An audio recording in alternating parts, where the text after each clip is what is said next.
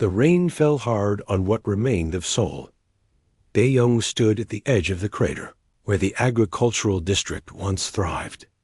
The Vraxi patrol fleet had fired from orbit 3 days ago. 200,000 people turned to ash in moments. The Galactic Council called it a preventive strike against unauthorized manufacturing. They said humans were building weapons. They were wrong. The district only grew food. Dae-young clenched his fists as he watched recovery teams search for survivors. There were none. There never were after orbital strikes. For 47 years, Earth had lived under the Council's boot. 47 years of quotas, restrictions, and the word meant surveillance in the old language, but Dae-young preferred the human translation, imprisonment. "Commander, we need to move," a voice said behind him. It was Yuna, Earth's ambassador to the Galactic Council. She wore her official robes, but her face showed the same anger that burned in Dae-young's chest. "The Council is watching. They always watch." Dae-young turned away from the crater. "Let them watch. I want them to see what they've done." They walked through the ruined streets toward the underground facility. Nobody spoke. The weight of loss hung heavy between them. Dae-young had lost his sister in the strike. Yuna had lost friends. Everyone had lost someone. The Vraxi claimed it was an accident. The Chitara Collective said it was necessary. The rest of the council said nothing at all. The facility entrance looked like an abandoned subway station. Most of Earth's real infrastructure existed underground now. The council destroyed anything they found on the surface. Factories, laboratories, power plants, all gone. So humanity learned to hide. They dug deep into the earth and deeper into the oceans. The council thought they had broken human spirit. They were wrong about that too. Inside, Dae-young and Yuna descended through 7 security checkpoints. Each one scanned for council tracking devices. Each one verified identity through methods the council couldn't detect. Finally, they reached the command center. Dr. Hannah waited for them there, standing before a massive display screen. "Is it ready?" Da-jung asked. Hannah nodded. Her eyes were red from crying, but her voice stayed steady. "Project Echo is complete. All systems operational. We've been testing for 6 months. Success rate is 97%. And the other 3%? Acceptable losses," Hannah said quietly. "Better than what we face now." Dae-young looked at the screen. It showed Earth from orbit, surrounded by 47 monitoring stations. Each station belonged to the Council. Each one watched humanity's every move. Each one could call down fire from the stars if humans stepped out of line. For 47 years, those stations had kept Earth in chains. "How many ships are in orbit?" Yuna asked. 300 Council warships, Hannah replied. Mostly Vraxi and Chitara. A few others. Admiral Theric commands the occupation fleet. Dae-young had heard of Theric. The Vraxi admiral enjoyed his posting at Earth. He called humans amusing primitives, and often joked about how easily they were conquered. June leaped forward to seeing Theric's reaction. "What about the rest of the council?" Yuna asked. "What happens after?" "That depends on them," Dae-young said. He walked to the center of the room where a communications panel waited. "Are all resistance cells ready?" Hannah touched her control pad. "All cells confirmed." "Waiting for your order." Dae-young took a deep breath. This moment had been 47 years in the making. Since the day the Council arrived and declared Earth a restricted world. Since they forbade humans from developing faster-than-light travel. Since they limited Earth's technology and treated humanity like children who couldn't be trusted with sharp objects. But the Council made mistakes. They assumed humans would accept their fate. They assumed humans couldn't innovate under restriction. They assumed wrong. "Send the message," Dae-young said. Yuna stepped forward. As Earth's ambassador, her words carried official weight. She activated the transmission that would reach every council world simultaneously. This is Ambassador Yuna of Earth, speaking on behalf of humanity. For 47 years, we have followed your rules. We have accepted your restrictions. We have endured your occupation. 3 days ago, you murdered 200,000 of our people. You called it prevention. We call it murder. She paused, letting the words sink in. Across the galaxy, council members would be receiving this message. Some would be angry. Some would be confused. All would be listening. We have one message for the Galactic Council, Yuna continued. You have 72 hours to withdraw all ships, all stations, and all personnel from Earth space. This is your only warning. This is not a negotiation. This is a statement of fact. Leave Earth or face the consequences. The transmission ended. Silence filled the command center. Everyone knew what came next. The council would laugh. They would mock. They would consider humanity's warning a joke. Earth had no fleet. Earth had no weapons that could reach orbit. Earth had nothing the council feared, or so they believed. What do you think they'll do? Someone asked. They'll ignore us, Dae-Young said. Tharek will probably make jokes. The council will debate whether to punish us for insolence. They'll do what they always do, underestimate us. Hannah checked her displays. 72 hours. That's not much time. It's more time than they gave Sol, Dae-Young replied bitterly. The command center buzzed with activity. People moved to their stations. Systems powered up. Deep beneath the Pacific Ocean, massive facilities hummed to life. In the asteroid belt, hidden installations activated. On the dark side of the moon, construction yards lit up. For 12 years, during what the Council called Earth's dark silence, humanity had built in secret. They had moved their industry where Council eyes couldn't see. They had developed technology the Council thought impossible. Project Echo was only the beginning. Yuna looked at Dae-Young. There's no going back after this. You know that, right? Either we win or the Council destroys Earth completely. They were going to destroy us anyway, Dae-Young said. Slowly, city by city. One preventive strike at a time. At least this way, we die fighting. Or we win.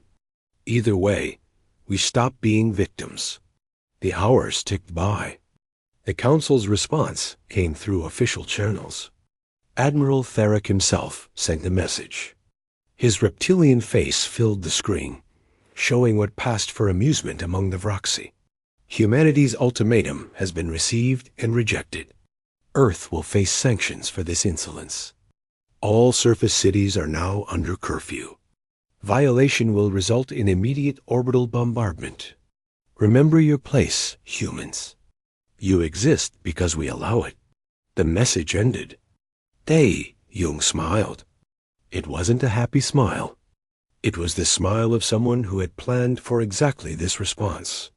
72 hours, he said quietly. Count them down. When the timer hits 0, we show the galaxy what humans can do when you push them too far. Admiral Tharek sat in his command chair aboard the dreadnought crushing Victory. The name fit his mood perfectly. Humanity's pathetic ultimatum had entertained him greatly. 72 hours to leave Earth space.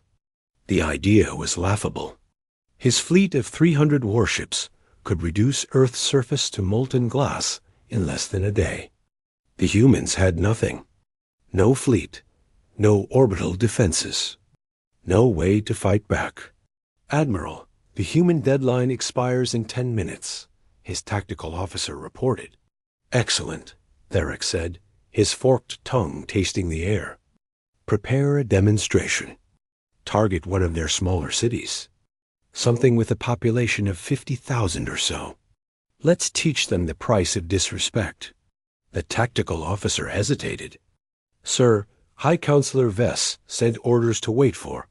Vess is not here, Theric interrupted. I am.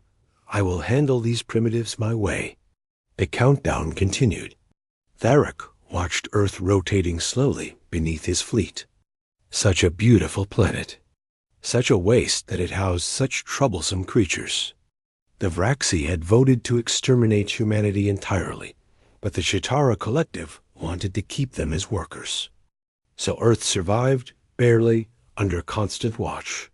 5 minutes to deadline, the tactical officer announced. Theric leaned back. Maintain all monitoring stations. I want full sensor coverage.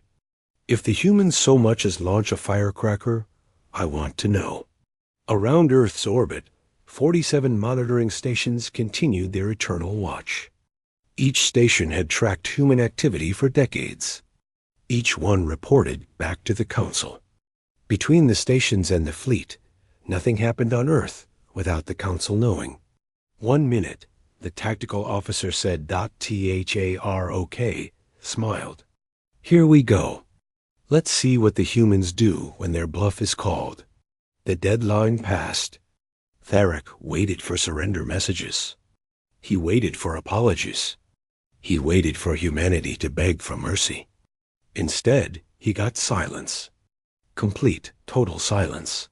Sir, the communications officer said, sounding confused. We're not receiving any transmissions from Earth. Nothing at all. They're sulking, Theric said. Give them time. They'll, Admiral. The tactical officer shouted. Monitoring Station 7 just went offline. Theric sat forward. Define offline. Gone, sir. 1 second it was there, the next ... nothing. No explosion, no debris, no distress signal. It just stopped existing. Check your sensors, Theric ordered. Equipment malfunction. Sensors are working perfectly, sir. Station 7 is simply gone.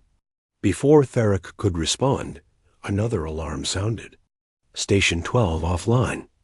Station 23 offline. Station 41 offline. Theric watched his display screen in growing disbelief.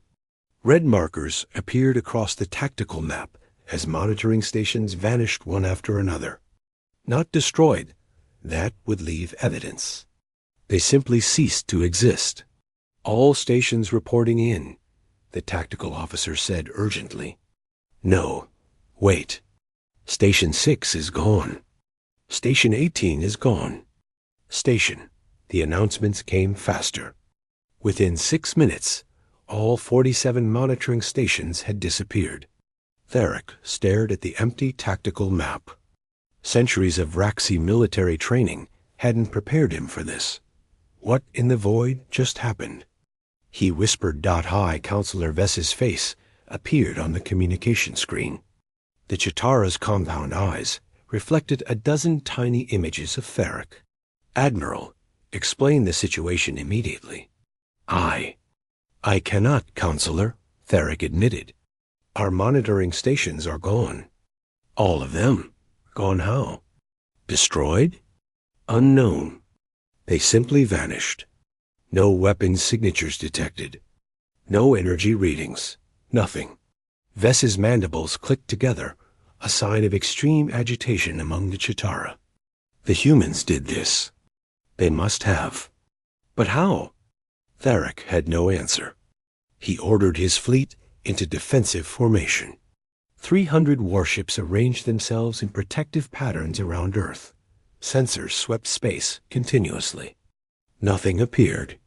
Nothing attacked. The silence grew heavier. Hours passed.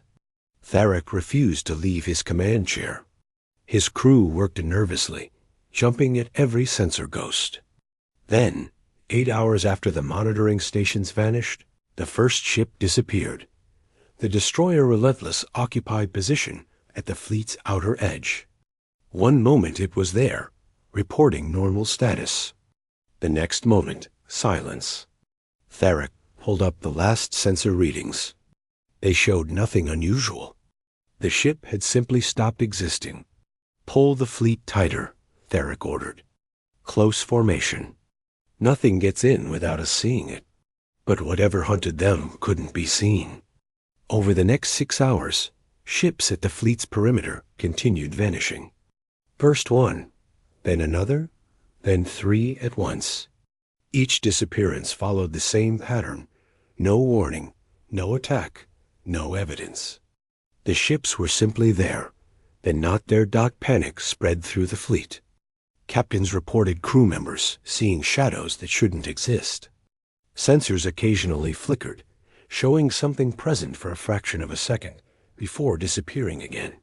Whatever the humans had created, it existed beyond the Council's ability to detect. Captain Mino watched from his phase ship as the Council fleet crumbled.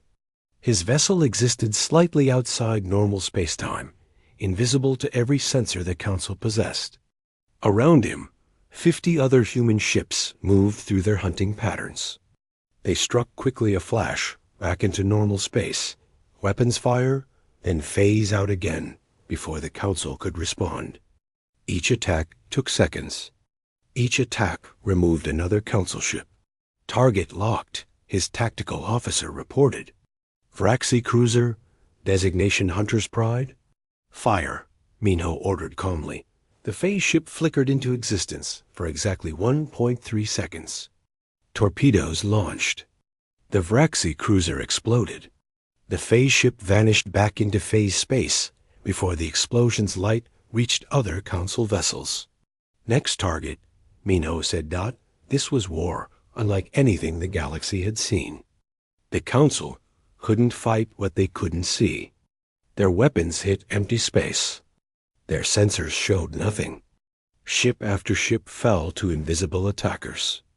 Tharok's fleet of 300 dwindled steadily. After 3 days, Tharok made his decision. Retreat. Full retreat. All ships back to Council space immediately. The fleet turned and fled. But humanity wasn't finished.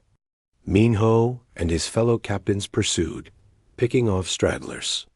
By the time Tharok's remaining ships reached safe distance from Earth, only 211 survived. 89 Council warships had vanished in the Sol system.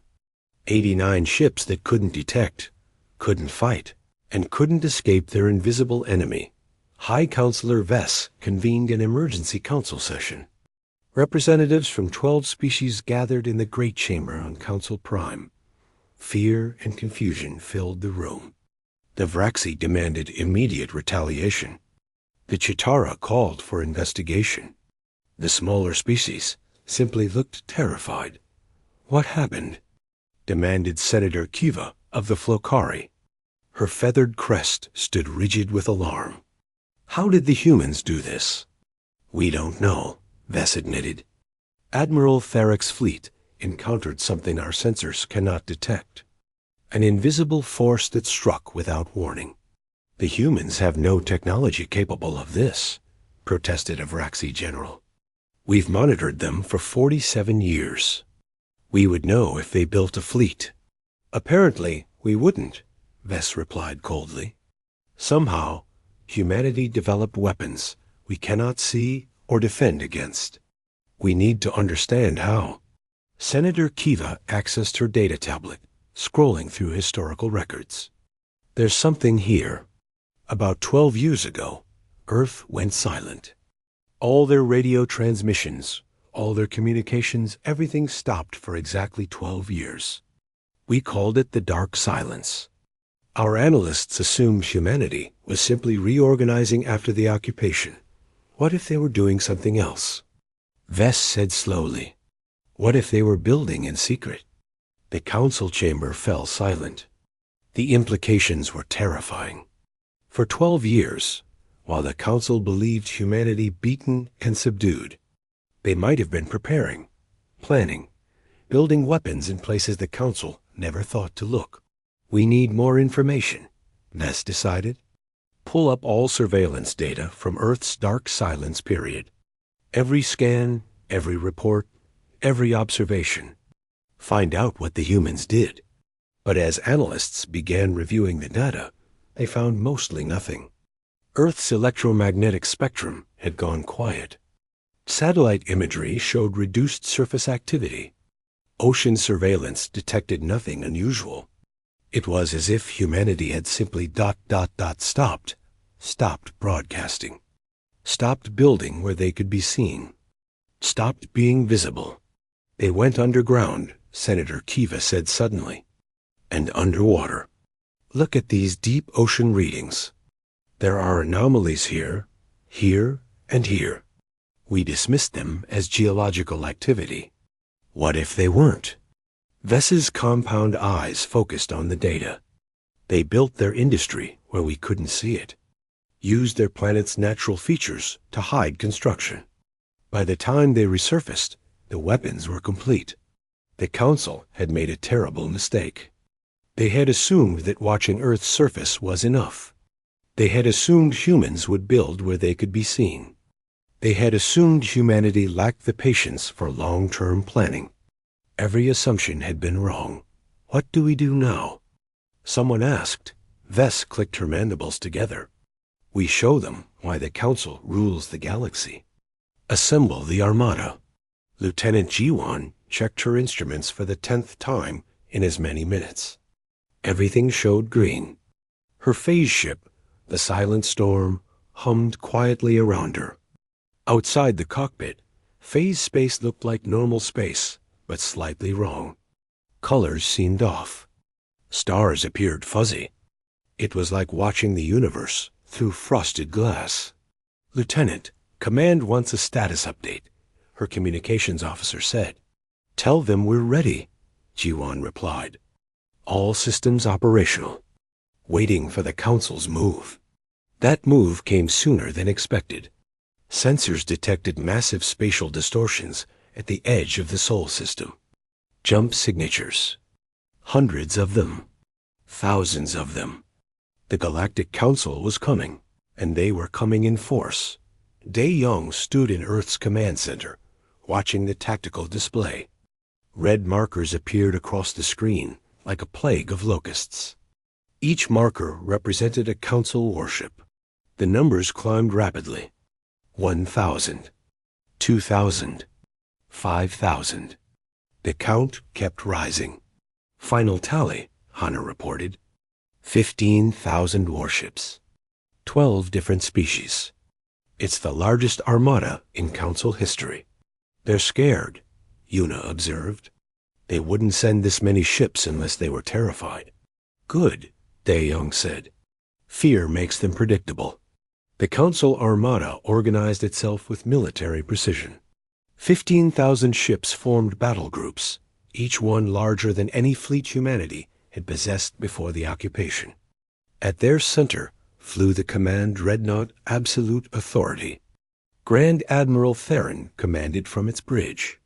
The Shatara had given him one mission: reconquer Earth and discover humanity's secrets. Theron studied the tactical display. Earth appeared on his screen, blue and green and peaceful. No defensive fleet protected it. No orbital platforms surrounded it. The planet looked utterly defenseless. That worried Theron more than any weapon would have. Begin advance, he ordered. Slow and steady.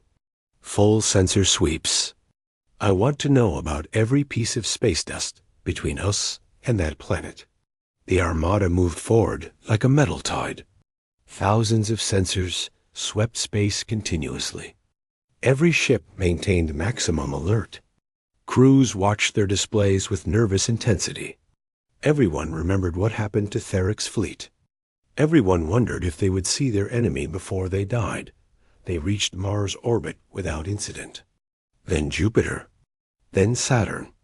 With each passing hour, tension increased. Where were the humans? Where were their invisible ships? Why hadn't they attacked? Sir, we're detecting nothing, Theron's tactical officer reported. No ships, no weapons, no energy signatures. Space is completely empty. It's not empty, Theron said quietly. They're here. We just can't see them. He was right. Surrounding the Council Armada, over 300 human phase ships moved through phase space. They paced. a council fleet like sharks following a whale. Minho coordinated the attack from his flagship. Around him, other captains waited for orders. The plan was simple: wait until the council committed fully, then strike everywhere at once. Sir, the council fleet is passing Earth orbit, Minho's tactical officer announced. They're heading toward Earth. Let them, Minho said. Let them think they're winning. Then we spring the trap. The council armada reached Earth. 15,000 ships took up positions around the planet. Theron stared at the world beneath him, searching for any sign of resistance. He found none. Cities sat quiet. No launches occurred. No transmissions broadcast. Earth seemed to have given up without a fight. Deploy troops, Theron ordered. Begin landing operations. I want ground forces on every continent within the hour. Landing craft detached from the fleet. They entered Earth's atmosphere in waves. Theron watched them descend, waiting for anti-air fire. None came. The craft landed unopposed. Troops deployed across empty fields and abandoned cities. They found no resistance. No humans appeared to fight them. This is wrong, Theron muttered. Why aren't they fighting? His answer came moments later. The first ship vanished from his fleet. A destroyer on the perimeter simply stopped existing. Then another. Then 10 more. Then 50. The invisible enemy had returned, and now they attacked in force. Evasive action, Theron shouted. Scatter formation. Don't give them concentrated targets. But how do you evade an enemy you cannot see? The council ships broke formation, trying to make themselves harder to hit. It didn't matter. Phase ships appeared from nowhere, fired and vanished before return fire could hit them. The pattern repeated across the entire fleet. Appear, shoot, disappear. Each cycle took seconds. Each cycle cost the council another ship. Jiwan brought her ship into Phase 1 directly beneath a council battlecruiser. Target locked, firing. Silent storm materialized for 1.1 seconds. Torpedoes launched straight up into the battlecruiser's belly. The ship exploded spectacularly. Jiwan phased out before debris could touch her hull. Target destroyed, her tactical officer confirmed. Moving to next position, this happened 300 times simultaneously. 300 phase ships struck 300 council vessels. Within 10 minutes, the council had lost over 500 ships. Within an hour, 1,000. The armada's perfect formation dissolved into chaos. Ships fled in all directions, trying desperately to escape invisible attackers. But there was no escape. Phase mines floated throughout the system, impossible to detect until they activated. Council ships ran into them blind, dying instantly. Phase torpedoes tracked fleeing vessels across millions of kilometers. Phase defense platforms surrounded Earth itself, creating a sphere of death that nothing could penetrate. Theron watched his fleet disintegrate. 15,000 ships had entered the Sol system. After 3 days of fighting an invisible enemy, he had 4,000 left. 11,000 warships destroyed by an enemy that appeared and disappeared like ghosts. Fall back, he ordered, his voice hollow. Full retreat. Get everyone out of this system. The survivors fled. Phase ships pursued them all the way to the system's edge, picking off stragglers. By the time the council remnant reached safety, fewer than 4,000 ships remained functional. Theron had led 15,000 ships to Earth. He returned with barely a quarter of his force. Senator Kiva watched the returning fleet with growing horror. She had opposed the military action from the beginning, but the Council's war faction had overruled her. Now thousands of ships were destroyed, hundreds of thousands of crew members dead, and Earth still stood untouched. We need to negotiate, she said at the emergency council session. We cannot defeat an enemy we cannot see. Every battle will end like this. Negotiate? Evraxi General snarled. With primitives? Never. Those primitives just destroyed 2 armadas. Kiva shot back. Those primitives have technology we cannot counter. Those primitives are winning this war. We need to accept reality. High Counselor Vess clicked her mandibles thoughtfully. The senator may be right. We need information before we can plan our next move. What do we actually know about humanity's capabilities? An intelligence officer stepped forward. We've analyzed sensor data from both battles. The humans possess a form of stealth technology, unlike anything in Council records. Their ships don't just hide, they seem to exist in a different state of space-time entirely. Our sensors sweep through them like they're not there. Because, technically, they're not. Explain, Vess demanded.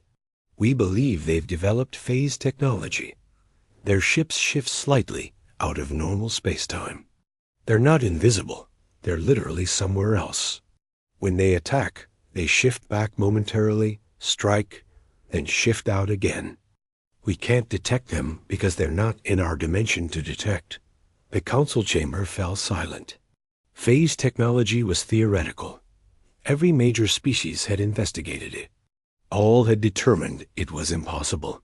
The math worked, but the energy requirements were astronomical. No civilization could generate power on that scale. How did they solve the power problem? Vess asked. Unknown.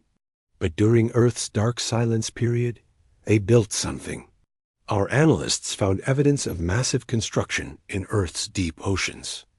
Geothermal taps drawing power from the planet's core. Thousands of them, all feeding into underwater facilities. They built the infrastructure first, then used it to power their phase ships.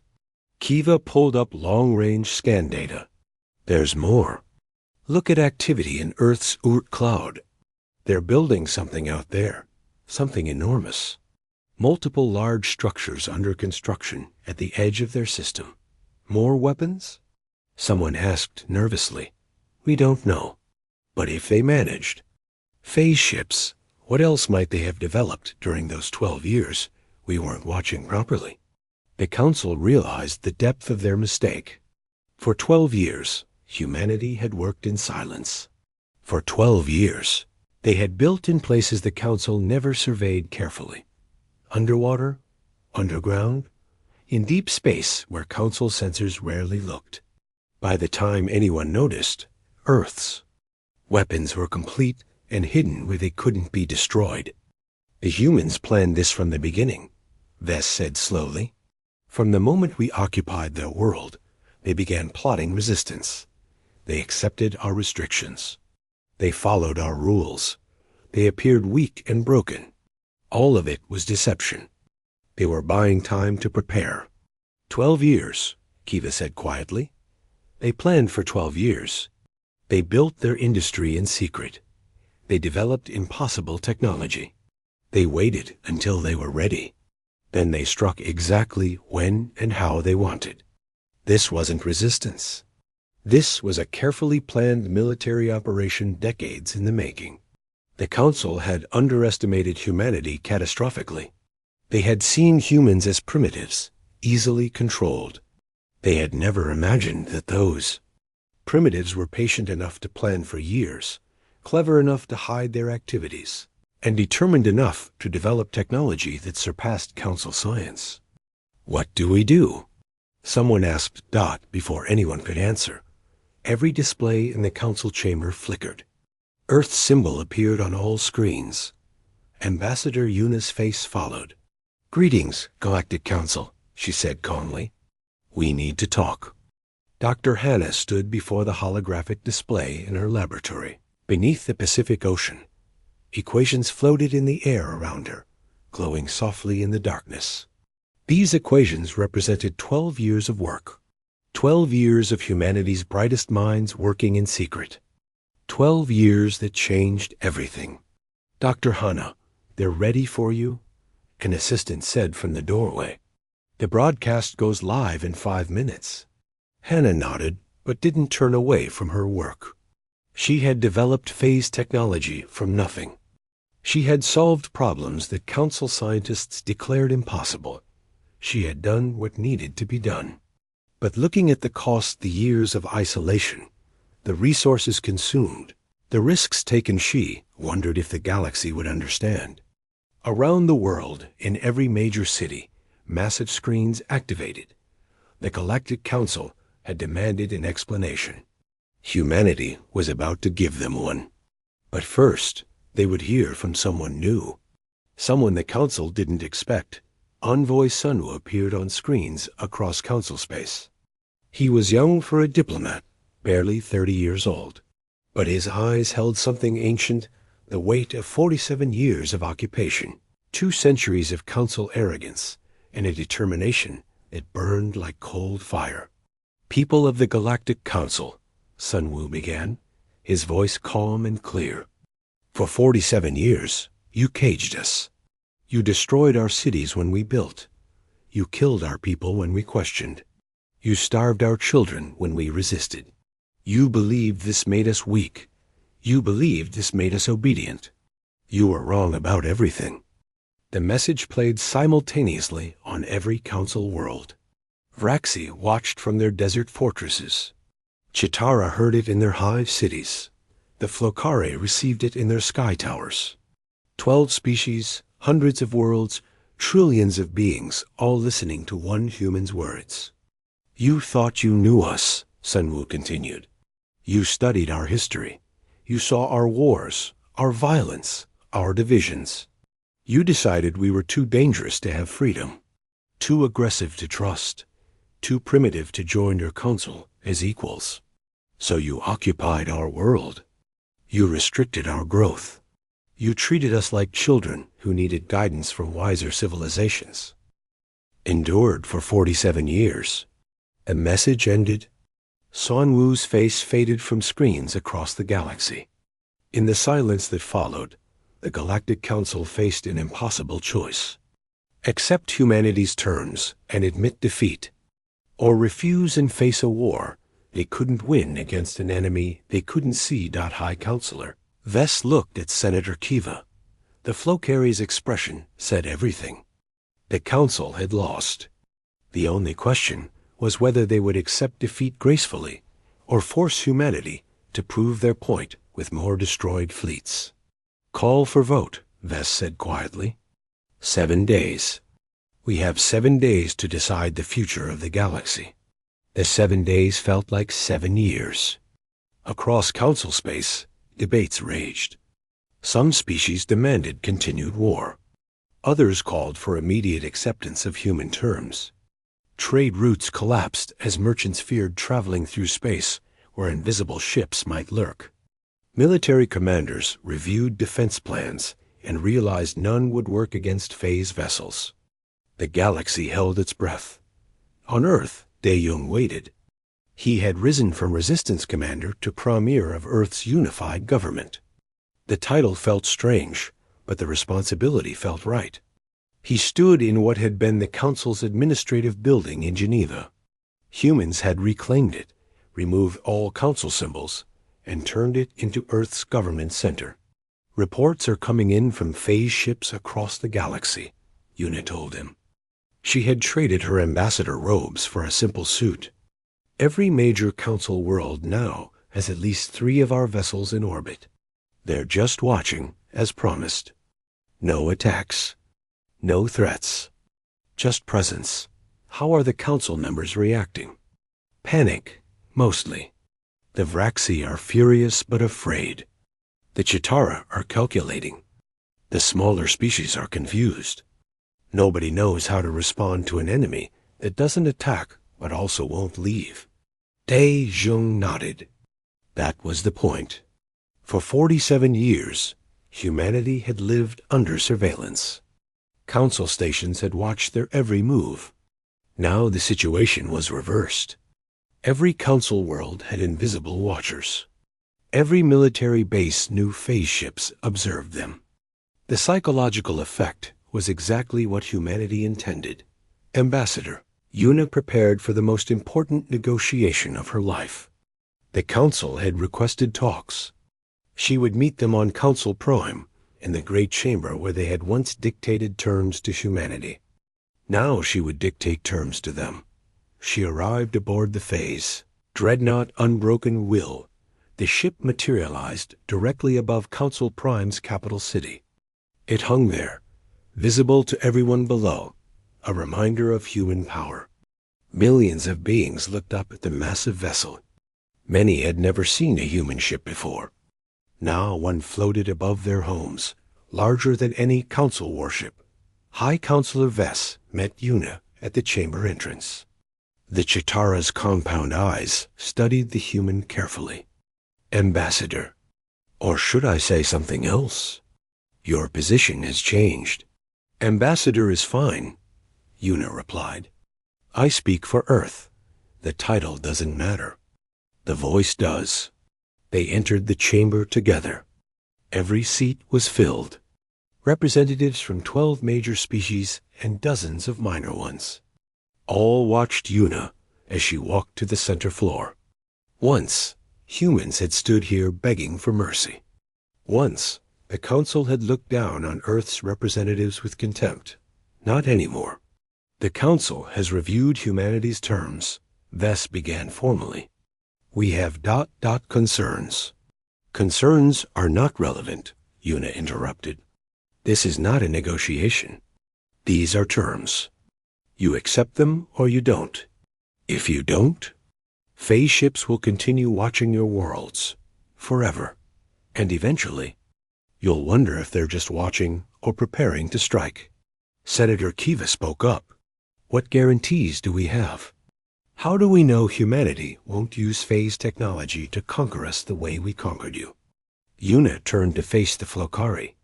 You don't know. Just like we didn't know if you would show mercy.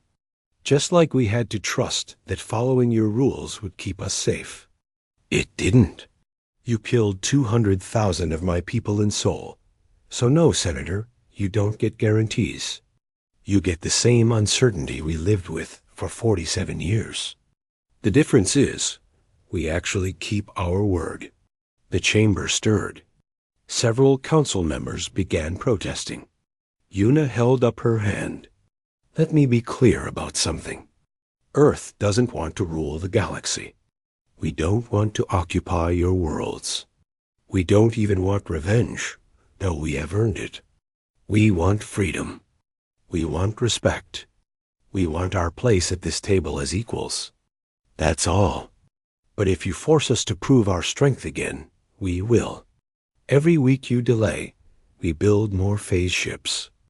Every month you resist, we complete more phase gates. Time is on our side now. Dr. Hannah's voice came through the chamber's speakers. She broadcast from Earth, her image appearing on displays around the room. I should explain what you're facing.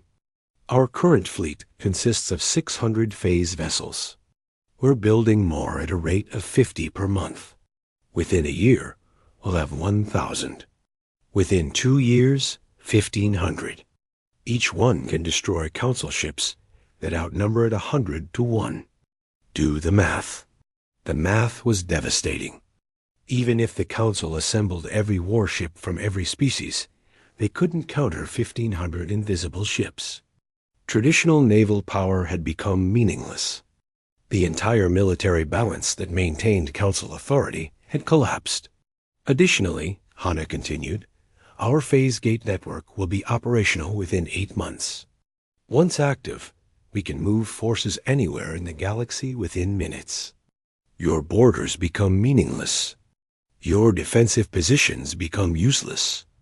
Your ability to control through military force ends entirely. Premier Dae-Jung appeared on screen next.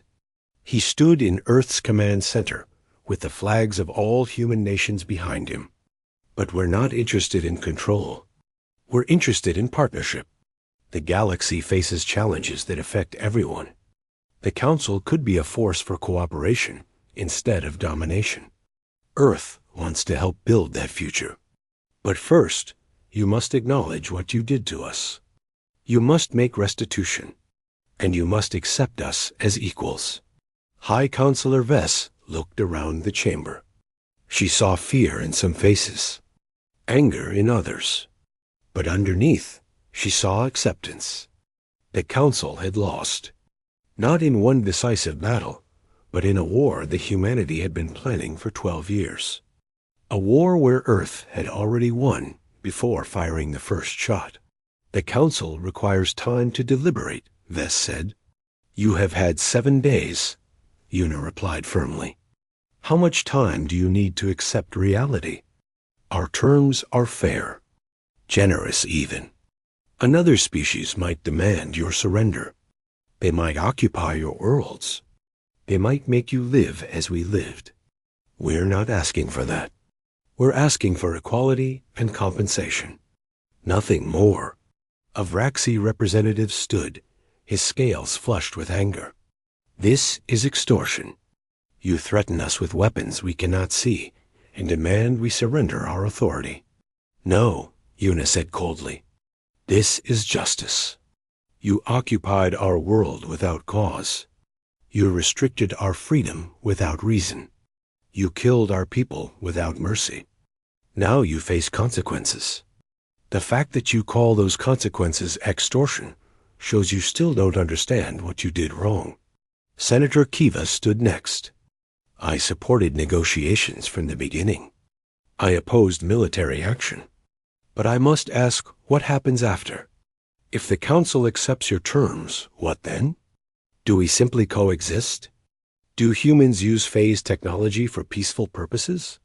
Or does this become an arms race where every species tries to develop counters to your weapons?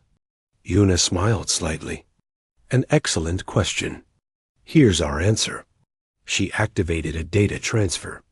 Information flowed into every Council member's terminal. These are partial specifications for phase technology. Not complete enough to build weapons, but enough to begin research. We're offering to share this technology with peaceful species under treaty terms. The chamber erupted. Voices rose in shock and confusion. Offering to share their most powerful technology seemed insane. But Una continued speaking over the noise. Phase technology will spread eventually. Better to control how it spreads than let every species develop it independently. Better to build a framework for its use than let it become unregulated. Earth proposes a new galactic treaty, the Phase Accords. Any species that signs agrees to use phase technology only for peaceful purposes. Defense, exploration, transportation, not conquest. Those who violate the treaty face sanctions from all other signatories. Senator Kiva understood immediately. You're building a new system. Not council domination, but mutual agreement. Species working together instead of one ruling over others. Exactly, Una confirmed. The council failed because it concentrated power. It made rules without input from those affected. It punished innovation instead of encouraging it. Earth proposes something better. A true council where all species have voices. Where development is shared, not restricted. Where peace comes from cooperation, not occupation. Premier De Jong spoke again. The galaxy is changing, whether the council likes it or not. Phase technology exists. Phase gates will be real within months.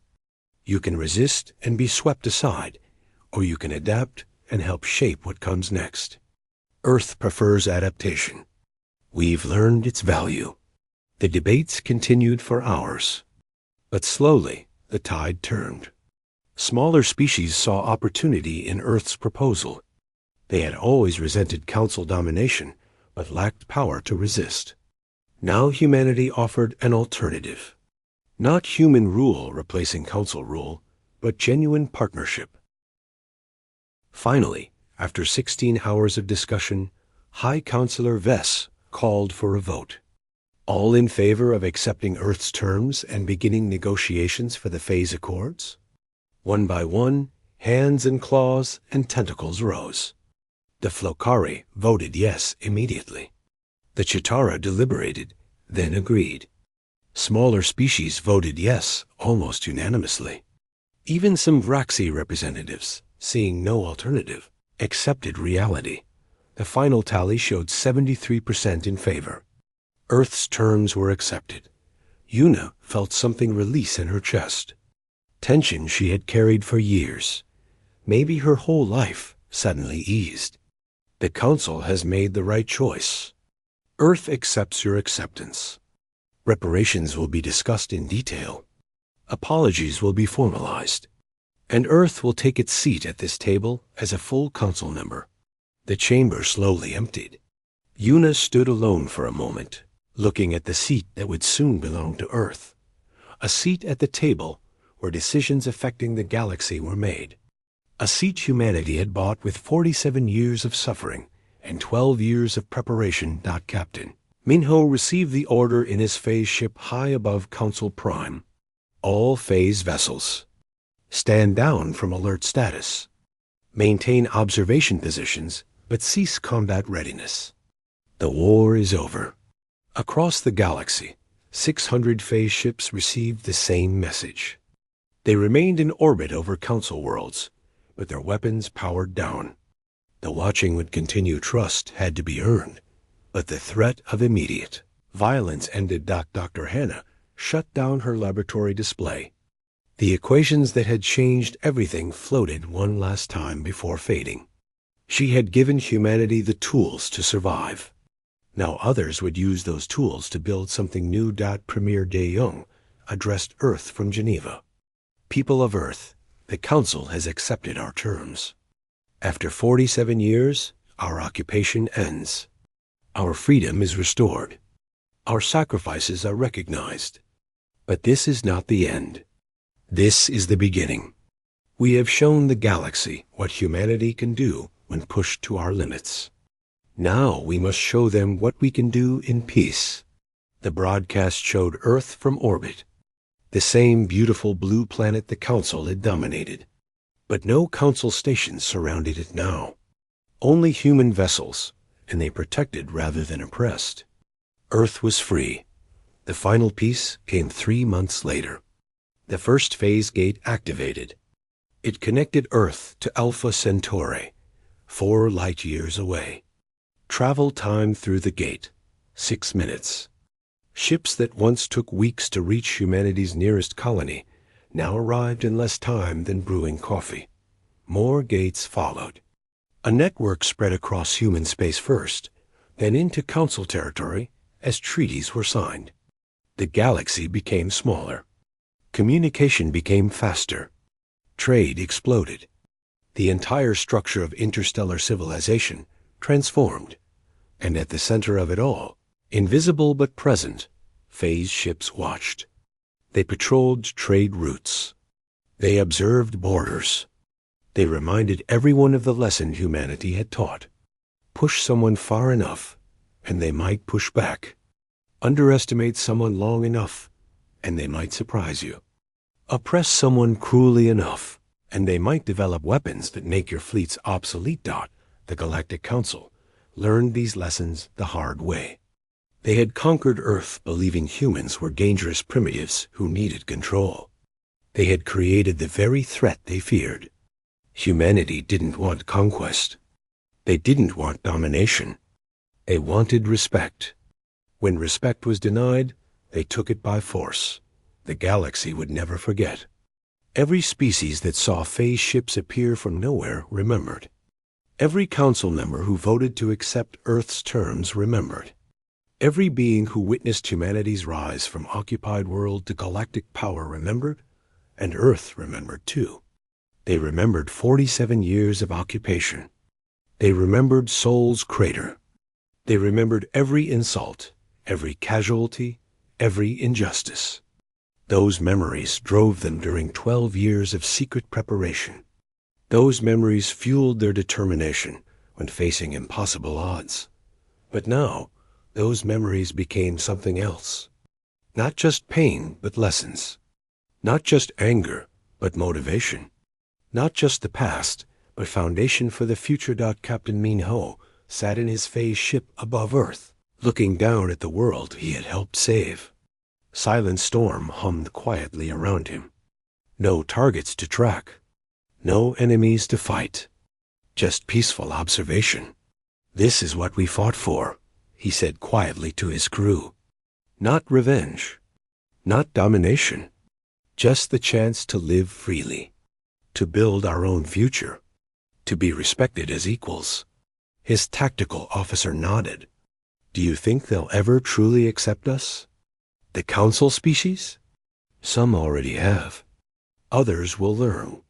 And if they don't," Minho smiled slightly, "we have 600 phase ships to remind them why respect matters." Earth had shown the galaxy something unexpected. Not that humanity was stronger, they weren't. Not that humans were smarter, they might not be. But humans were patient, determined, unwilling to accept defeat. When pushed to the edge, they didn't break. They adapted. They innovated. They planned. And when ready, they struck with precision that made conventional military power obsolete. The Galactic Council had panicked when they realized the mystery behind Earth's silence. They had panicked when they discovered phase technology. They had panicked when they understood humanity's long-term planning. But in the end, the greatest mystery wasn't the technology or the planning. It was simpler than that, Doc. The mystery was humanity itself. The stubborn refusal to stay defeated. The ability to turn oppression into motivation. The patience to plan for years. The creativity to solve impossible problems. The determination to survive and thrive despite overwhelming odds. That was the mystery the young council never understood until too late. That was the truth they learned when humanity finally retaliated. That was the lesson the galaxy would never forget. Earth was free. And this time, it would stay that way.